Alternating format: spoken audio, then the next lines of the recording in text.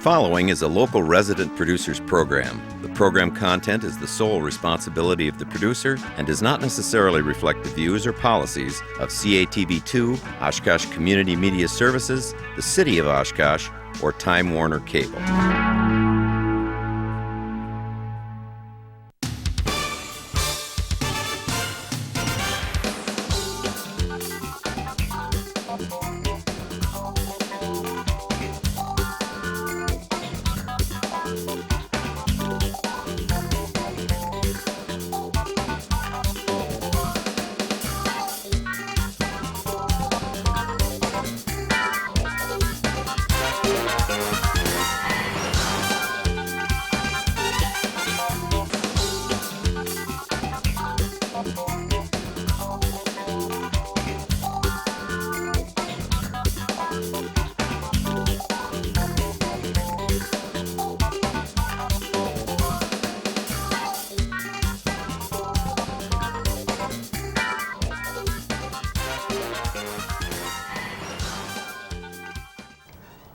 Hi everybody, welcome to Eye on Oshkosh. Cheryl, Hentz, and Dan Rylance here. Very pleased to be joined this evening by current Parks Director Ray Maurer and one of the former longtime members of the Oshkosh Parks Advisory Board, Ted Bowen, is here also.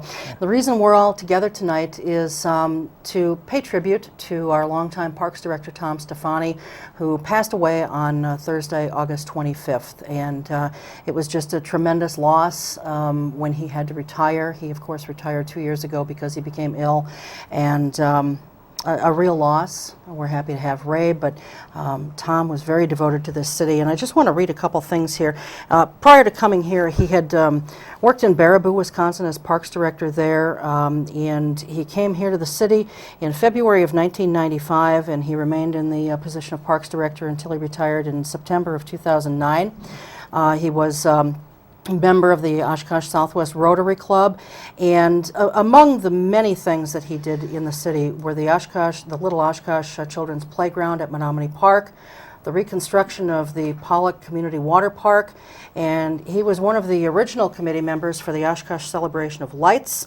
He was instrumental in getting the Leach Amphitheater going, and he was very, very passionate with regard to the development of the Menominee Park Zoo, the wolf and the elk exhibits. And we're going to talk about all of those things tonight, but thank you to both of you for being here. Thank you. And we also want to give our condolences, to his wife Lynn, his daughter Sasha and her family, including the grandchildren, his father Henry in North Fond du Lac, and his sisters Nancy and Mary, and of course his other relatives and friends and former colleagues here at the city that he worked with. Mm-hmm. So thanks again to both of you for being here.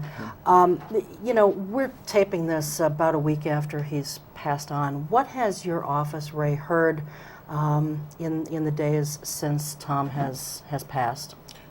Just a lot of great kind words on, mainly for Trish, I think, through our department, because she worked so closely with Tom for the 14 and a half years that he was here. And I think Trish said it in the paper that he was a mentor to her, and not only a boss, but just a real great friend that she really got to know. So a lot of people calling and stopping in by Trish, but we're also getting calls from people wondering, what can we do for a memorial for Tom, or is there something the Parks needs? So we've been dealing with a lot of those phone calls coming in, but just a lot of great comments from the citizens on everything Tom was involved with, from Sawdust Days, Celebration of Lights, to everything that was done in the park. So just a lot of good support from the community, I guess. Sure. And Trish, I should say, she was going to come on and, help us remember Tom this evening, but it's still kind of fresh, and the emotions are still raw for a lot of people, and having worked so closely as they did. It was just very difficult for her, and but we're happy to have Ted here too. And what a nice substitute to come at the last minute. Really appreciate it. I can't possibly substitute for Trish. No, but you're here, and we're appreciative because... and it was a last minute thing, so only a few hours before we're taping this, exactly. You stepped into the seats, so we do appreciate that. You had mentioned, Ray, people asking about, establishing some kind of a memorial or whatever. Is there a plan in the works for something like that?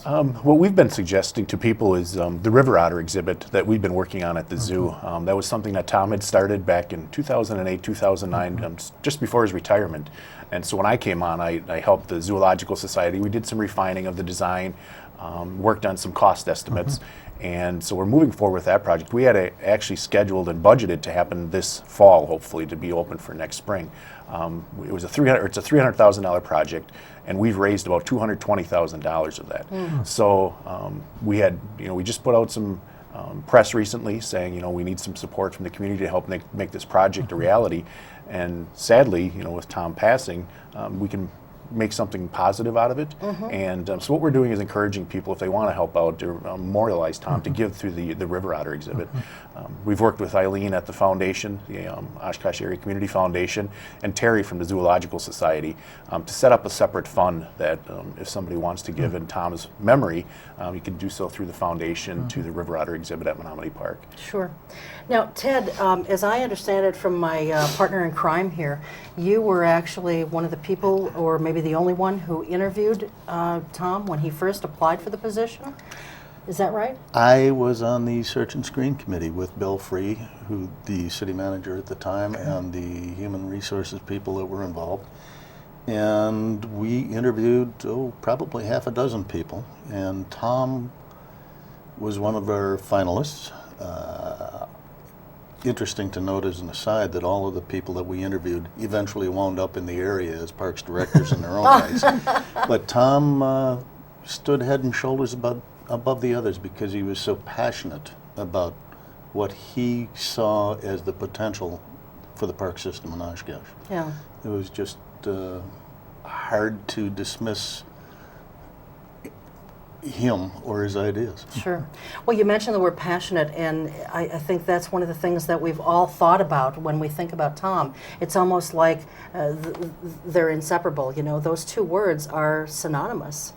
And I spoke with Terry Wohler in preparation for this show, and he serves on the Parks Advisory Board too, and that was a word that he used for him. In fact, what Terry said was that he would have loved to have been here, but he had a conflict tonight. But he said that Tom was passionate about his work, and he had a vision that at many times may have been unpopular with some people, but that he persevered to get accomplished what he wanted to get accomplished, and that today a lot of those folks who disagreed with his vision at the time, they're grateful for it. And one of the things that I can remember was the fishing pier at the end of New York Street.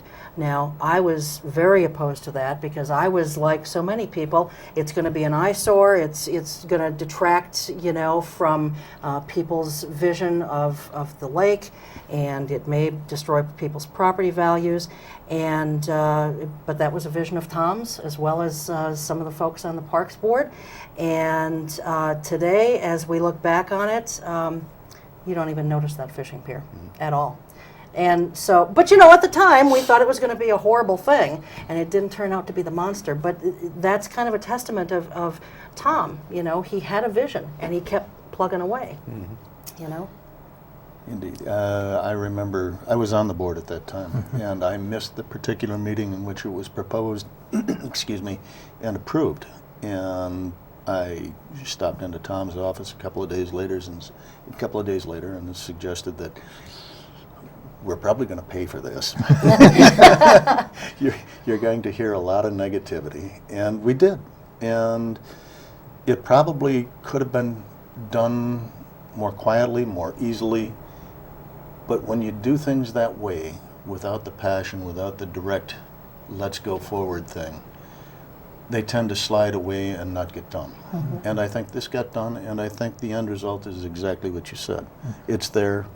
Everybody likes it. Nobody is concerned about it.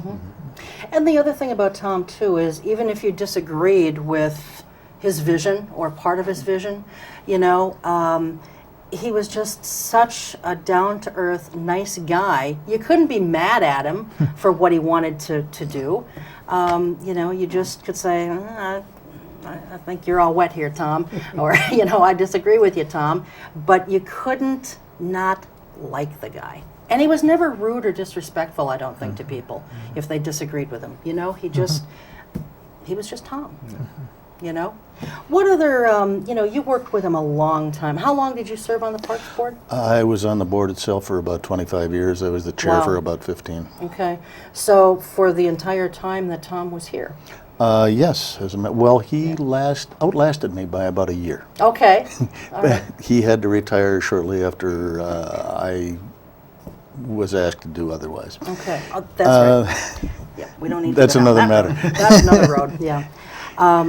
So what stories can you share with us about, something memorable about Tom? I would have to start by saying that going back to a search and screen interview with Tom, and everybody was asking Tom what his experience was, what his priorities were, and he kept coming back to the zoo. He really was heavily involved in the zoo in Baraboo. He really wanted to promote because he thought Menominee Park had a great potential as a zoo. And that was all wonderful, but at that time we were dealing with things like the Pollock Pool, and we were dealing with things like the privatization of Lakeshore Golf Course, and we were dealing with launch fees at the boat ramps in town. And I asked Tom, what is your experience with any of those three things? He says, not really much, but I know zoos.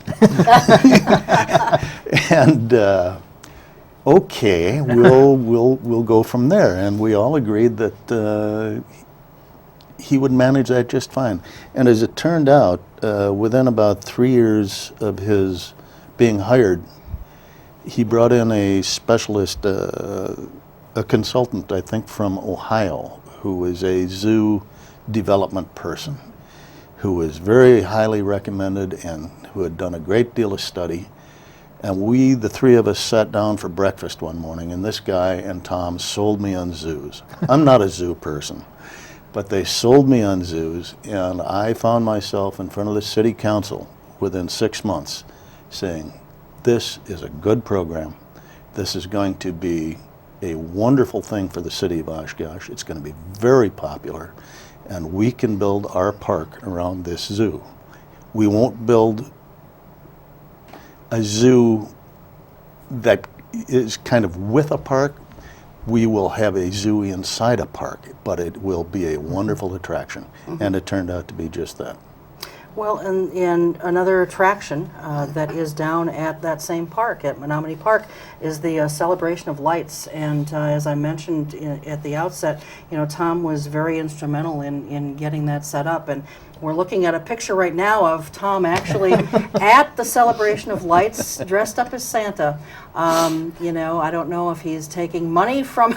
It wouldn't be good of Santa to take from people. Looks like when he's Santa carding gives. somebody. But I'm sure it's canned goods. probably canned goods because a couple nights during each year you can bring in canned goods and then get your carload in free to the celebration. But that, and I don't know, over the years has it kind of grown, in size, or is it still about the same size, it's Tom? bigger. Or Ray? Yeah, I think it's grown, and a lot of that goes back to Tom's passion again for special events. You mentioned the celebration of lights, and that continues to grow. The amount of food that they collect every year, I believe last year was one of their top record years, and they're looking to expand some lighting this year. So again, I think just having Tom involved with some of those special events. You mentioned the zoo, but I take a look at Sawdust Days and celebration of lights, and some of the music fest that Tom helped. With Matt Miller bringing the Oktoberfest and the idea for their Irish Fest. Tom was instrumental in those, and I know him and Matt worked very closely together on some of those special events. So, I heard stories of Tom being down at Menominee Park, all night for the celebration of lights and closing down and being there the next morning and opening up and checking in security. And so he just about lived at Menominee Park at times, I believe. Well, and you mentioned Sawdust Days. We've got another picture here of Tom in the parade for Sawdust Days, promoting his chicken bingo at the Cajun tent. And there he is holding a chicken. And just think, that was before our backyard chicken days here in the city.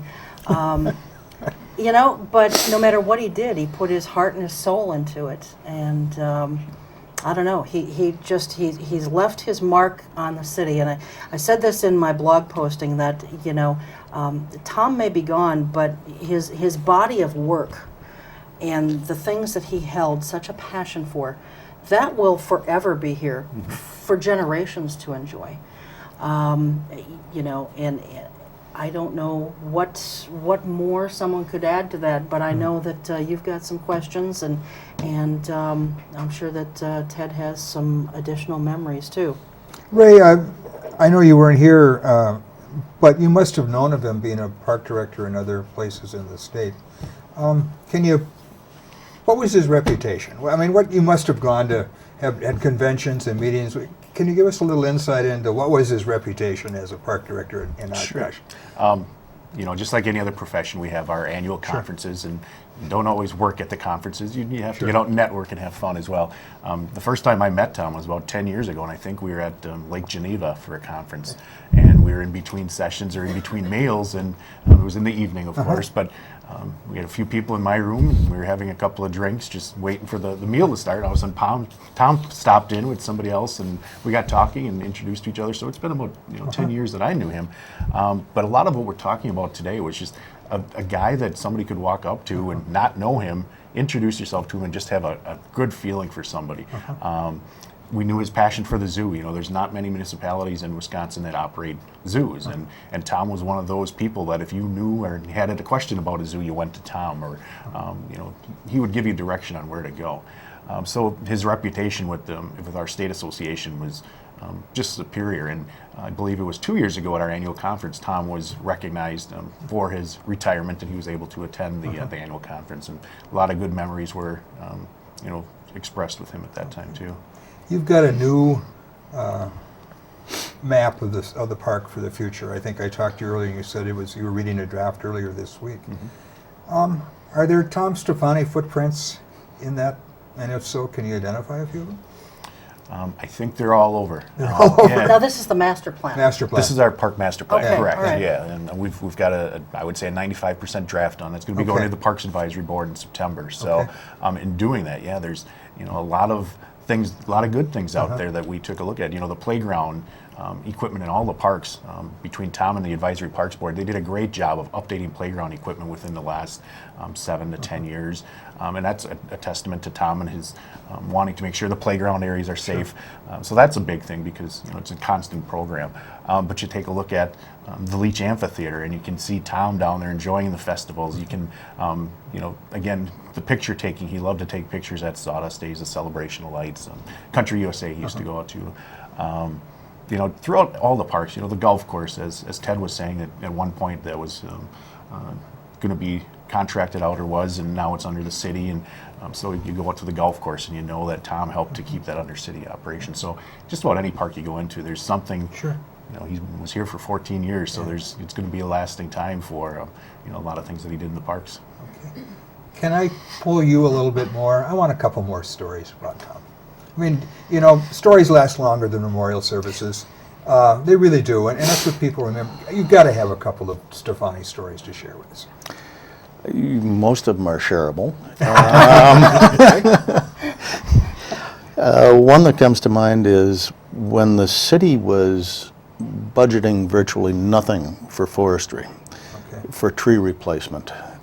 Tom and Vince at that time were able to convince the city that we should do a demonstration planting on terraces of crab trees on one side and ash trees on the other side of a given street.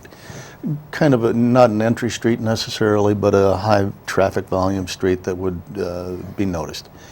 And he said, I just know exactly the right street, and my side is going to have crab trees, and so is yours. Yes, Tom, and that crab tree is still growing out in front of my house. Another was, Tom and I weren't necessarily on the same side of the celebration of lights. I was much more in favor of the wintertime Menominee Park being a much more passive, contemplative, private place. And Tom had this vision for the celebration, and he didn't convince me, but I went along with it. And it has certainly become a wonderfully popular thing with the city. It's the premier winter thing in the park. I mean, and it keeps getting more displays every year. Yeah. And the third thing that really comes immediately to mind is the Louisiana Cajun people that come to Sawdust Days every time. Where did he hook up with them? He loved to go down to Louisiana. Okay. He just loved going down and eating that spicy stuff and drinking a little bit of beer and dancing, as Tom loved to do. Tom was a dancer, if you didn't know that. And Lynn aided and abetted. Okay. And they thought that was so captivating, somebody would come down all the way from up here. The least they could do was come up here and maybe make a buck. And it turned out to be to the benefit of everybody. And that's still a major part of Sawdust Days, isn't it? I mean, that's, he personally saw to their room and board and made sure that they were taken care of. And that relationship has remained, and I hope will be a long-term part of Sawdust Days.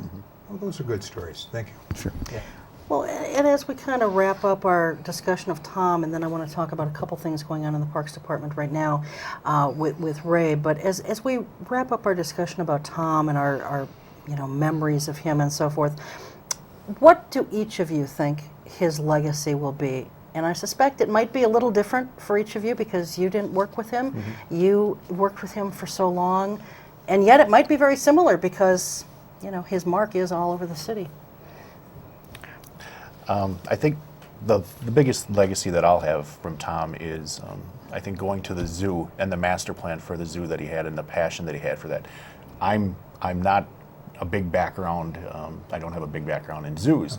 So to come into a facility that has a master plan done, the elk and the wolf exhibit completed, to know that they were working on the potential for a bear exhibit and the otter exhibit, to have those pieces laid out so I can get my feet wet in some of those operations. Just having his thinking ahead of what the next exhibit will be, not only helped the community, but helped whoever was coming in after him. So I think that's going to be the biggest thing for me, was getting a map for what's going to happen at the zoo. Sure. Ted, what about you? What do you think it'll be? I'm kind of split here. I agree the zoo is going to be one of the very foremost things that Tom is remembered for. His fingerprints are all over that thing. The master plan we did for that before we really even started redeveloping it is still out there. It adjusts like all master plans do every 6 months or so.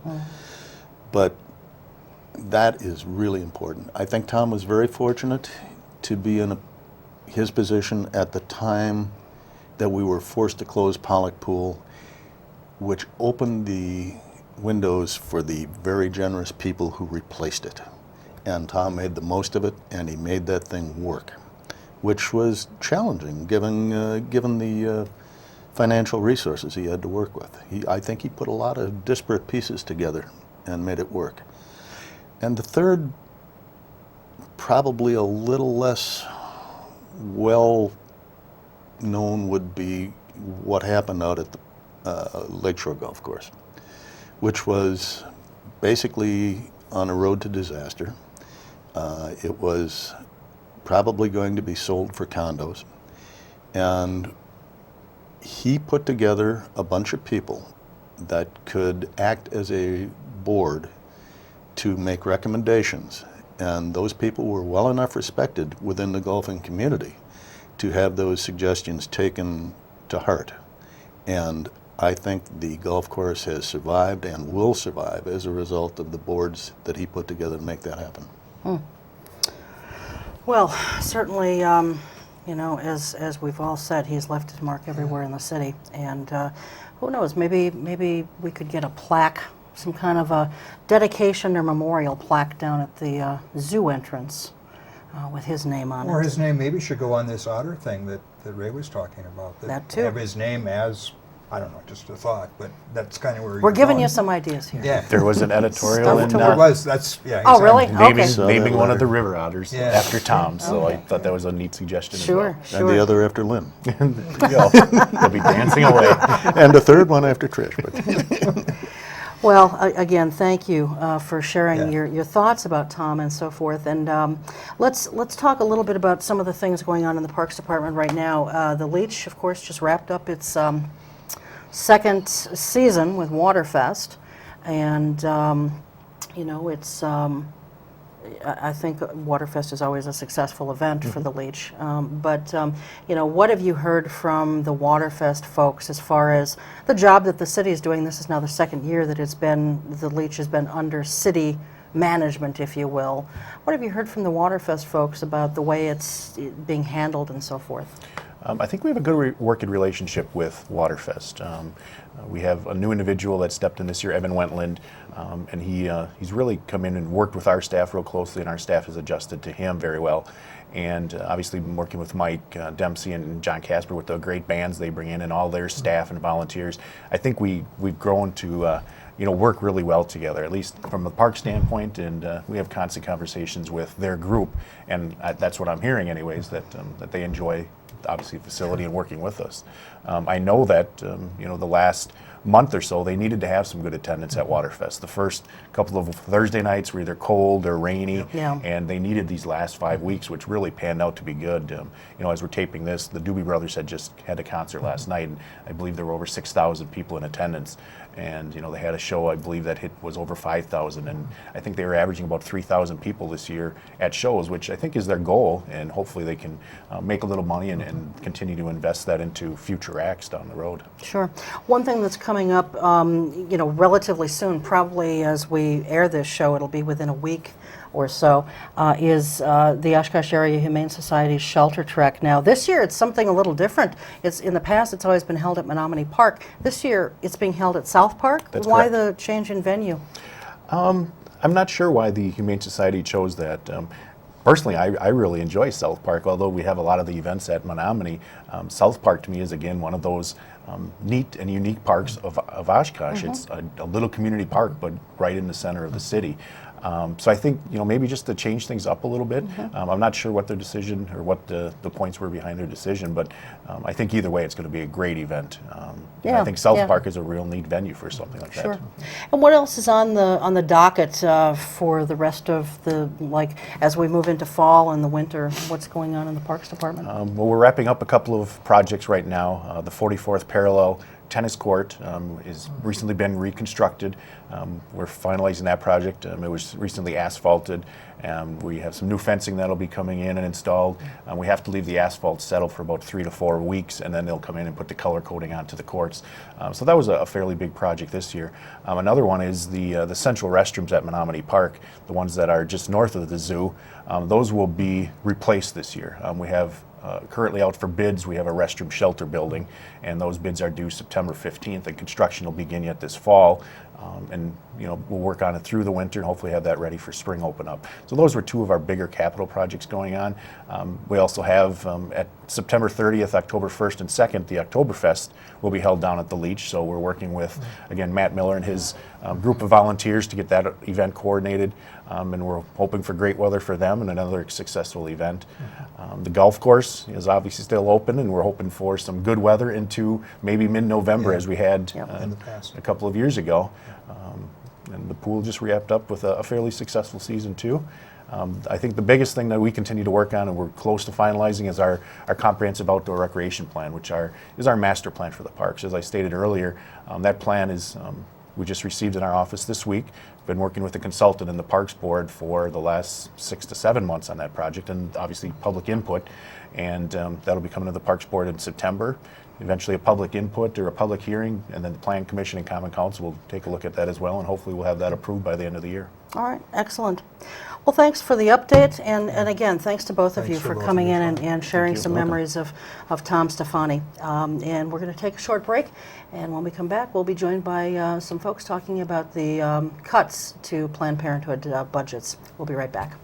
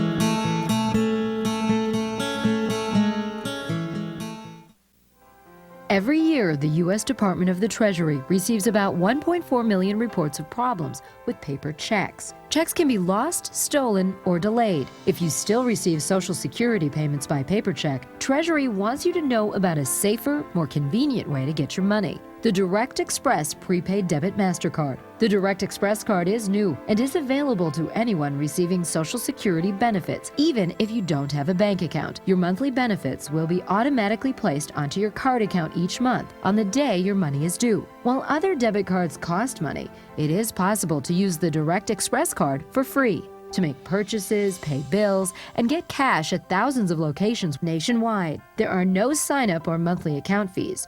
No more waiting for the mail or worrying about lost or stolen checks. Call 1-877-212-9991 or visit www.usdirectexpress.com.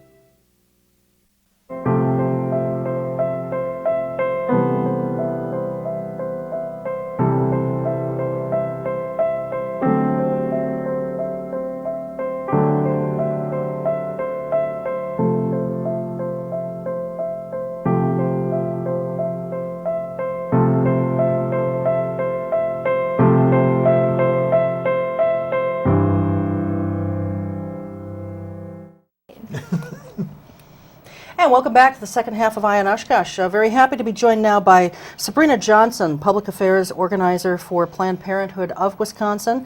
We're happy she came down from Madison, I assume? No, I live in Appleton. Oh, okay. Well, you came down from there. So we're A shorter trip. Right. And besides that, you would have come up from Madison, not down from. So I'm directionally She's here. challenged. And Ann Romand is here. She's a founding member of Concerned Citizens for Women's Health.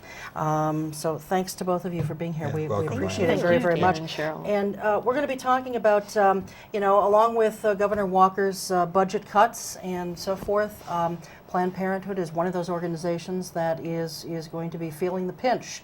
For certain, and I know that there's a lot of controversy as to whether or not taxpayer dollars should go to Planned Parenthood, but we're going to talk about that tonight and find out just exactly how these budget cuts affect them, what their plans are, and so forth. So again, thanks to both of you for being here. Let's start by getting a very brief history of Planned Parenthood, both on a national level and on a statewide basis. So I'm the organizer in the whole Northeast region, so I work out of the Appleton office, Okay. and then I also cover Oshkosh and Green Bay. So Okay. I have, just so you know, I'm very local and care about Planned Parenthood. But Planned Parenthood Wisconsin has been around for 75 years, and we provide patient care. We have a legislative arm, public affairs, and then we also have an education department. And I can go into that further if you'd like me Sure. to later. But Yeah, go ahead. But 75 years Yep. of local Planned Parenthood for the state of Wisconsin.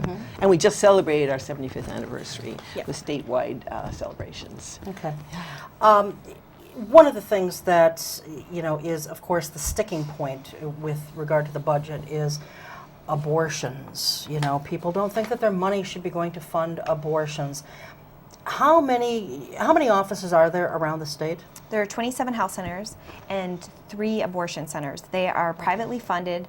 Public dollars do not go to pay for abortions at all. They're separate entities. Well, A lot that's of a good people point. misunderstand that. That is Yeah. a very good I point. must tell you, let me explain, because people don't Okay, realize and you this. can just look at When us. you talk about Planned Parenthood funding with abortions are covered by private insurance, and they're also covered by private pay. There are 3 exceptions where the state will step in and pay, Medicaid will pay for an abortion. The first one is an abortion in case you were raped. Okay. And the rape has to be reported to the police department. It's not just you're saying you were raped. Number 1. Number 2, in cases of incest, and the incest has to be reported to the police department. Number 3, if the mother is suffering a disease that may terminate her life, and that has to be certified by a physician before the abortion can take place. There are state forms on this, and those are the taxpayer dollars for those 3 extreme Okay, cases. and only those 3 things. Only those 3 Any things. other situation, whether someone just doesn't want to have a child and they want to terminate their pregnancy or whatever the case may be, those are the only 3 where any taxpayer dollars go toward. Anything else is paid for by out of their pocket Yes. or by private insurance or what have you. or donations. Okay. Right. Well, So it's that's very a very good thing restrictive, to and a know, lot of people because don't that understand right that. there shoots down, and I didn't know that either. Did you know that? Yeah. Amazing. Oh, okay. And the Hyde Yeah. So Amendment that shoots at down- the federal level Yeah, the Hyde prevents any Amendment- federal money to Right. be used Yeah. for abortion. So Right, that the right Hyde there shoots Amendment down from the argument about that at we've least been 10 hearing years ago. from Right. these politicians. Right. Okay. Right. All right. And you said there's only 3 locations. Yep, abortion centers. Abortion centers in Wisconsin. Where are they located? In Appleton, Milwaukee, and Madison. Okay. All right. Okay. Just one other footnote. Abortion is legal in this country. Abortion is- we're talking, we should bring that to the table, right? We need to bring this to the table. Abortion is legal in the United States. There are so many reasons. When people say the code word abortion, they think they know what they mean by abortion. But if you start to study abortion, there are as many reasons for having an abortion as there probably are people who have an abortion. And people of reasonable minds disagree about which type should and shouldn't happen. Right. So it's a hugely complex project. Right. That's why problem. That's why we'd like to put it in the hands of the woman, trust the woman, and trust her doctor, and trust her family. Absolutely. Because we don't think the legislature should be micromanaging the health care of a woman who's in the very difficult position of deciding if she needs an abortion or not. Particularly when they're against national health care for everyone else. Right. Yeah. Right. Yeah. And the sad thing is, any of us who have insurance can have any kind of health care we want, including abortions. But what we're talking about here is the people that Planned Parenthood is serving are people who aren't insured. And so we get to have anything we want. As a matter of fact, the people who say don't use birth control, actually, in America, as many of those people, fundamentalists or Catholics, say don't use birth control, still, as many of them use birth control anyway, in spite of their religious prohibitions and their rules. They go ahead and use it anyway. So my point is that it's very difficult to say that there's a national consensus against abortion. There actually isn't. Sure. Give us a brief overview, Sabrina, of the types of services that Planned Parenthood provides, because it's only a very small segment of your list of services that is abortion related, correct? I mean, it's a very small percentage. 3%. Yeah. It's So- less than 3% is abortion, in and more Wisconsin. than So tell us the kinds of services that someone can get at a Planned Parenthood office. More than 97% of our services are preventative health care. So we provide, women tend to come in and get their annual exams, and they also get their HOPE exam, so they get their blood pressure done and and their breast exam done. And then, and actually that's for a lot of low-income women, that's the only time that they will often see a doctor is when they go in for their annual exam. And then a lot of people go to Planned Parenthood for their birth control. You can get pregnancy tests done, cervical screening done, and then STIs. thank you. I'm like, Sexually something very transmitted important is diseases, missing. Diagnosis and treatment, treatment. for men and women, which is huge. And actually in Oshkosh, we saw in the last year, there was a new family planning program which had encouraged more men to come in. We saw an increase in Oshkosh in the number of men who were coming for testing of STIs, which is huge, because if the men don't get tested, then the women will get the disease again. So we were very happy with the results of that program. And then there's also testicular cancer screening. There is prostate cancer screening. There's HIV testing, which is so important. So that's the type of health care that we wonder where that is coming from. We hope that we will continue to provide it, because we've done it beautifully, efficiently. We have this long, long history. Running a healthcare organization is a hugely complex project. Sure, sure. And we're well, good at it. You know, you're telling me things that I did not know. Interesting. You know. Yeah, we need this conversation, don't you think, Cheryl? Well, yeah. Yeah. And I mean, I pride myself on being, you know, I try and be somewhat knowledgeable about things. But you know, there's not, you're telling me things here that I don't know or didn't know prior to this. And therefore, I think it's important that we're doing this show. It's important, Cheryl. And I think what's happened is over the last, historically, everything that we're talking about was something people didn't talk about in in venues like this or in the newspaper, maybe some women's magazines, but I feel all of a sudden what's a good result of this is we're really talking about it. We're talking about the fact that uninsured women actually depend on the state for health care. Many people may not have known that. And the funding for And the healthcare funding for health care. to go to Planned Parenthood. Right, and so that entails keeping up with what the legislature is doing. Many people didn't understand that at Sure. all. And the fact that you're providing services to men, Right. you know, have you seen, as people become more, you know, strapped financially, have you seen an increase in the number of men that you're serving? Yeah, this last year, 92% of our patients were women and 8% were men, and that had increased. The year before was 4% men. So and I work out of the Appleton Health Center, even though I'm with Public Affairs. So I see a lot of men through our office that are using our services. Now, are those statistics, Sabrina, just for the Northeast Wisconsin area, or is that on a statewide basis? It's statewide. Okay, all right. Just wanted to make that clarification. But you are right in saying that more and more people were coming to us in the last few years with the higher unemployment rate. We were serving more people. It was it's not easy to do, to increase the number coming in without a whole lot more funding, but these are very good healthcare administrators that work in the offices of Planned Parenthood, and I watch them do this. Sure. So how much money is being cut from your budget? $1 million is being cut from the family planning budget, Okay. which is also considered Title V. So if I go back and And I have a forth. figure of 128,000 cut from the health center in Oshkosh. Is that This correct? one here. Is that, Actually, That's- didn't know that. We didn't know that. I didn't know That that number. must be very, very recent news. Yeah. Yeah. Can we tell you, where would that come from?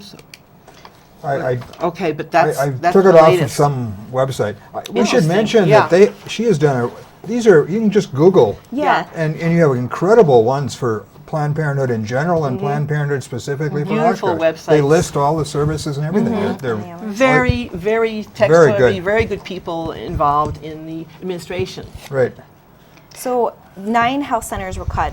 We have 27, 9 actually rely on Title V So that's Okay. family third. planning dollars. Okay. Third of 20. And then 2 of them in this area are Fond du Lac and Oshkosh, which Okay. are funded through Title V funding. Okay. We have so many students Now, here. I don't want to jump on. go It ahead, seems go to me that, all right, this is the political argument that I've heard. The money that has been cut by Planned Parenthood is supposed to go to county health departments. That's their political argument. Right. But Winnebago County doesn't provide family planning services, do not test for sexually transmitted disease. They rely on Planned Parenthood. Right. And they haven't even heard that they're getting any money. Right. That's Right, the other and point may I that needs say, to we be were made. asked years ago by the counties and the cities to take it do over. this. Of course. And now we're like standing out there, and it's really slapping down the person who is doing Exactly. the type of health care that nobody wants to be talking about, and now here we are. But I suspect with talks like this, we're going to get more information out, and people are going to be I much hope more so. aware. All right, Yeah. let me ask this question. You know, you mentioned that you've got a legislative arm that I'm assuming is your lobbying arm of Planned Parenthood.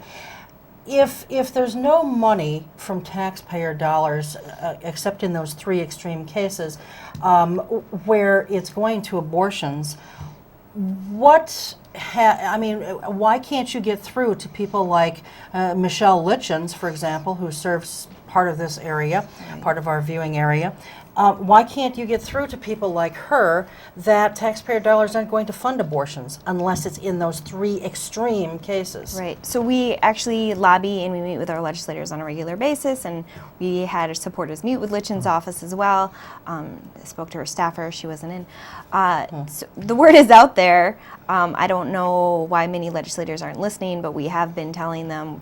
Patients have been sharing stories and contacting legislators, which is really important because they need to hear from individuals how these services really benefit their lives. So we've been saying it. I don't know why they're not Can listening. you directly talk to her, though? Yeah, you can pick up the phone and talk to Litchens. I mean, do you talk to Michelle Litchens? Our lobbyist does. I personally I understand. don't. Yeah. Okay, yeah. You know, talking to her staff is different than talking to We've her. been Right. told by, Planned Parenthood has been told by several representatives that they will not talk to them because they do not agree with their ideology, and those were the words. So we've been getting that, and it's sad because we're all trying to find out as much as we can. We're trying not to be rocks. We're trying to be maybe sand and hear issues explained not in black and white. We need to keep talking.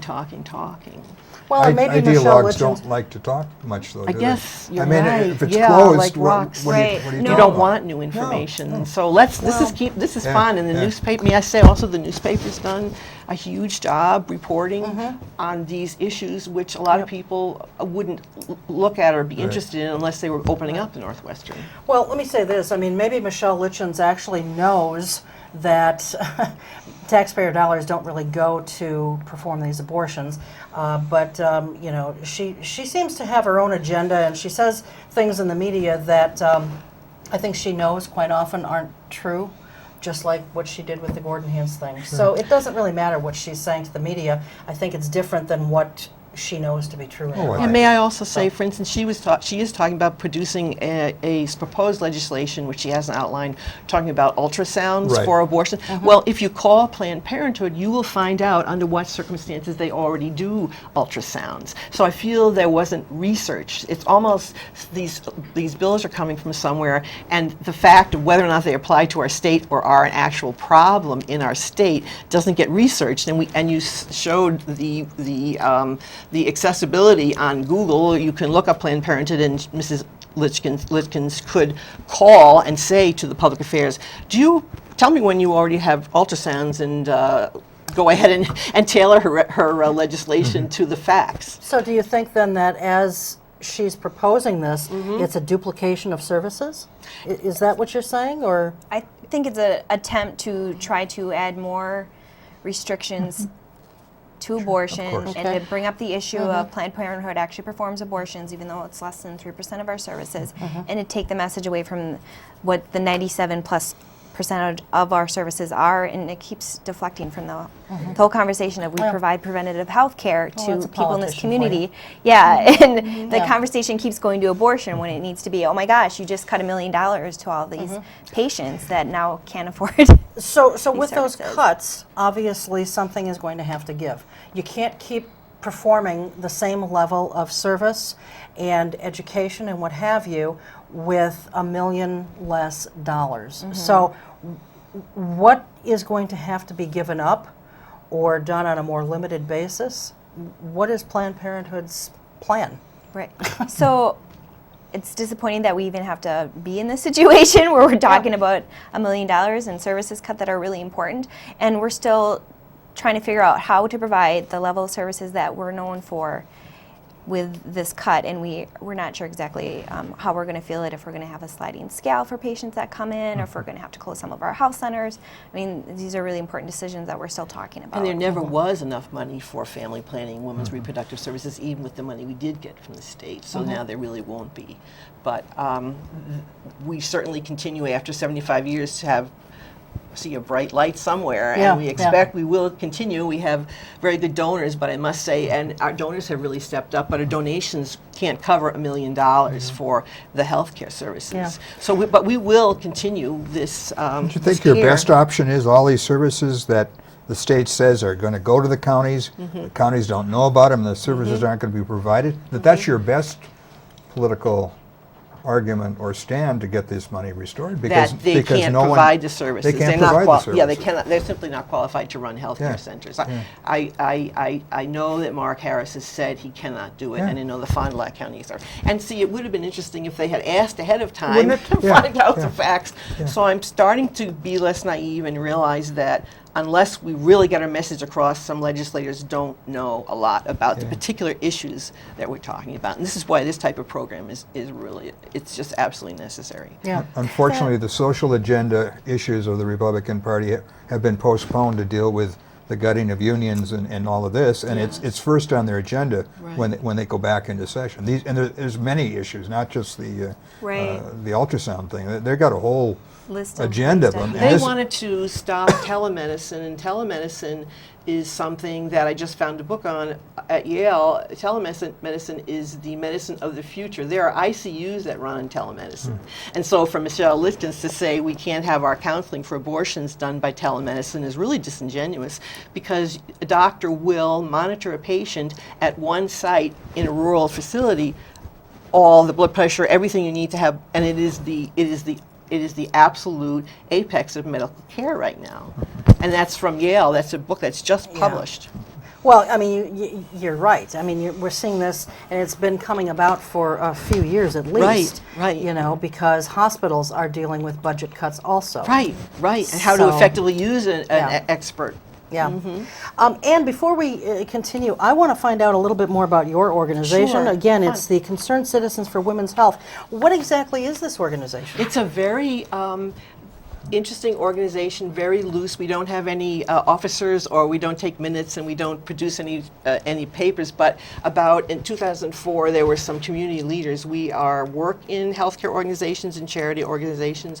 We are volunteers in these organizations, and we're on the boards of directors of these organizations. And we all get together about once a month, and we were realizing that we weren't hearing about what was happening to our uninsured people's healthcare. And so we would get letters from our representatives, and they wouldn't say that they had wanted to cut birth control to the University of Wisconsin students, including our students in town here.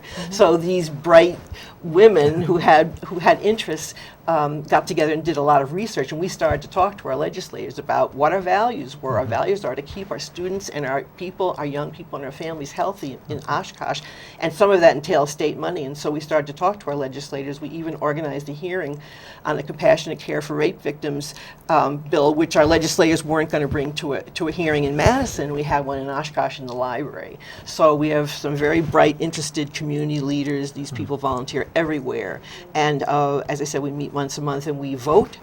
We talk to people about voting. We write letters to the Northwestern. We're talking to you. You have your signs out on We the have our walls? signs out on the walls. You do too? And we also try to educate as many people as we can come to about the fact that there are some people dependent on our legislators for their care. Well, It's very we've been, throughout this segment, we've been putting up the website address for, Planned Parenthood of Wisconsin and Planned Parenthood Advocates of Wisconsin. We've been putting both those up. But how do folks get a hold of you, Ann, for They can your call group? Ann Roman. They can call me at my house, and they're Judy Kepler, Susie Elbing. Well, give Jane your McAndrew. phone number Give out. us your number. Oh, sure, 920. Go ahead. 233 Uh-huh. 6043. Okay. Or you can email me. It's so simple, annromond@yahoo.com. Okay. And that's ANNEROMOND at yahoo.com. Very And come simple. to our meetings. Or 233-6043 here in the Oshkosh area. So you're looking at possibly having a sliding scale type thing, where people would pay a small fee based on what their income level is. What have you heard directly from the state as far as when these cuts are going to hit? Because right now, you're still performing the same level of services because the budget cuts haven't hit. But when do you anticipate that you're going to start feeling those cuts? That's really hard to tell, actually, and it would just be speculation on my part because we haven't heard. They haven't told us. The state hasn't been talking with us. They haven't. Well, they're not talking to anybody. They passed legislation and Before Randy Hopper Yeah. lost his recall election, yeah. he sat right here in this chair, and we asked him, who's affected by the cuts in Badger Care, and he couldn't tell us. And yet these people are irresponsibly writing legislation and taking votes on legislation. They don't know who the hell it affects, how those people are going to be affected, or what people are going to do in the long run. Right, Cheryl. Right. And it's maddening that we have elected officials, probably on both sides of the aisle, that can be so irresponsible with their votes.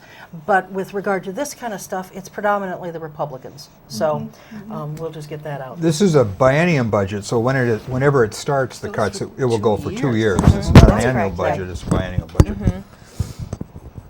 What can private citizens do? Your group, Ann, is talking and, trying to get the word out. What can private citizens do who are, worked up about this and concerned? The first thing I would suggest is picking up the phone and talking to their representatives, their elected officials, about how these services affect them, and any other things that they're upset with what has been passed, because the budget passed a lot of horrible things. And why it's important that they get these services back. Obviously, we can't do anything for the next 2 years with a budget, but they need to hear repeatedly from their citizens, their constituents, like how it affects them. And thank you for posting our internet sites up, by the way. Absolutely, sure. PPAWI.org will have a bunch of events and ways people can get involved in the community. People can Facebook us, and we are actually pretty tech savvy and send out messages a lot about what's happening where. in terms of events or meeting with our elected officials. So Okay. just I think- be involved. And I think our legislators are interested in hearing what we really value. Sometimes they can get confused. They hear national trends, they hear other sources of information. They need to have us speak up. Otherwise, they think we don't care. Of course. And if we don't care, then they'll do the best they can. But if we care, we must talk to them. And private donations, your organization will always accept a private donation. How do people go about doing that? At your website, can people make donations, like through PayPal or with a credit card or something? Yes, that's available at Okay. ppwi.org. It's tax deductible for ppwi.org. If they donate to the Advocates of Wisconsin, it is not tax deductible. Because that is not a 501c3. That's a 501c4. So it has to be the Planned 501c3, Parenthood right. itself, not Planned Parenthood advocates. Yep. And that's clear on the website, which Yes. one is tax deductible Okay. gift. All right. Right. Or they can mail it. The address is on the website as far as Right. where they'd mail donations. Jackson to. Street and King Street. Jackson Street in Milwaukee and King Street in Madison. And that's where Okay. it goes. And that's where we all donate to. Sure. Yeah. In our remaining minute or two here, what would either of you like the public to know about the cuts that you're experiencing and how it's going to affect not just women, I mean predominantly women, Right. but some aspects of men's health too? I would like the public to know that there are teenagers in Oshkosh at West and North, and probably Lourdes too, our high schools, who are having unprotected sex, and they really need to come in to see a doctor or a nurse. We can't.